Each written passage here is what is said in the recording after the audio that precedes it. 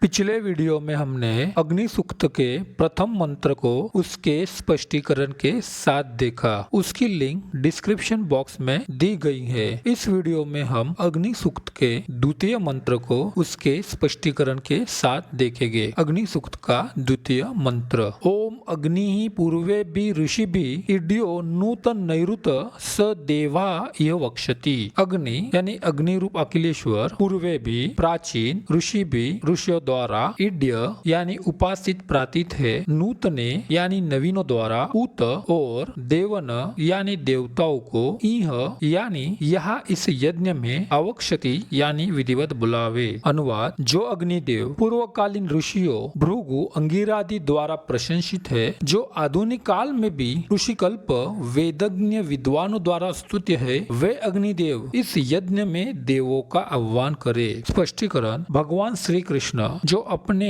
प्राकृतिक अग्नि रूप द्वारा इस भौतिक जगत में जीवात्माओं को सहाय करते हैं, किसी भी देवी देवताओं तक भोज्य सामग्री पहुंचाने का एकमात्र रास्ता अग्नि देवी है। उन्हीं के मुख से सभी देवी देवताओं को प्रसाद प्राप्त होता है। अग्नि देवताओं के मुख है और इनमें जो आहुति दी जाती है वही इन्हीं के द्वारा देवताओं तक पहुँचती है। इनका रस सुनहरा और चमकदार है। उसे दो या दो से अधिक घोड़े खींचते हैं। अग्नि अपने स्वर्णिम रथ में यज्ञशाला में बलि यानी हवि ग्रहण करने के लिए देवताओं को बैठा कर लाते हैं। परम पुरुष भगवान श्री कृष्ण की स्तुति प्राचीन आचार्यों ऋषियों से लेके अब तक के सभी आचार्यों ऋषियों ने की है। इसकी पुष्टि भगवद गीता के 10वें अध्याय के 11वें और 12वें श्लोक में भगवान के प्रिय भक्त अर्जुन द्वारा प्रमाणों के साथ की गई है। अर्जुन कहते हैं, अर्जुन वाच परम ब्रह्म परम धाम पवित्रम परमं भवाम पुरुषम शाश्वतम दिव्यम आदि देवम अजम विभु आहुताम ऋषय सर्वे देवर्षि नारद तथा आसितो देवल व्यास स्वयं चैव ब्रवर्षि में। अर्थ।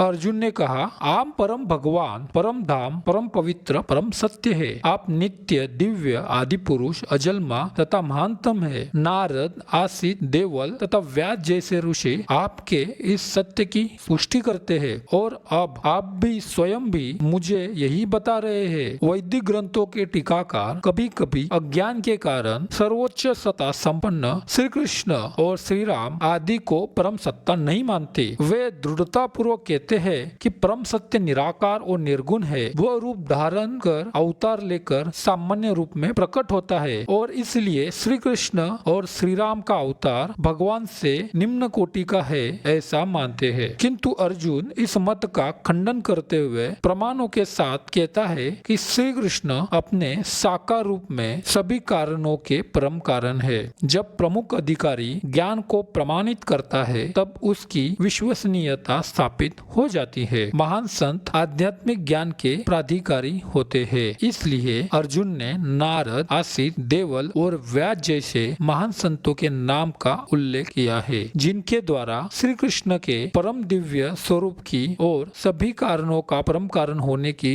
पुष्टि की गई है। महाभारत के भीष्म पर्व में उल्लेखित कविता में कई संतों ने भगवान श्री कृष्ण की स्तुति की है। संत नारद मुनि कहते हैं, श्री कृष्ण समस्त संसार के सृजन करता है और सबके भीतर के विचारों को जानते हैं। वे ब्रह्मांड पर शासन करने वाले समस्त स्वर्ग के देवताओं के भगवान है। ऋषि मार्कंडेय ने वर्णन किया है, भगवान श्री कृष्ण सभी धार्मिक यज्ञों का लक्ष्य और तपस्याओं का सार तत्व है। वे सभी का वर्तमान, भूतकाल और भविष्य है। भृगु ऋषि कहते हैं, वे सभी ईश्वरों के परमेश्वर और भगवान विष्णु का प्रथम मूल रूप है। वेद व्यास ने उल्लेख किया है, हे भगवान श्री कृष्ण, आप सभी वसुओं के भगवान है। आपने इंद्र और अन्य स्वर्ग के देवताओं को शक्तियों से संपन्न किया है। अंगिरा ऋषि कहते हैं, भगवान श्री कृष्ण सभी जीवों के सृजक है। सभी तीन लोग उनके अंदर में रहते हैं। वे सभी देवों का परम स्वरूप है। इसके अतिरिक्त महाभारत में आसित और देवल ऋषि यह वर्णन करते हैं, श्री कृष्ण तीनों लोकों की रचना करने वाले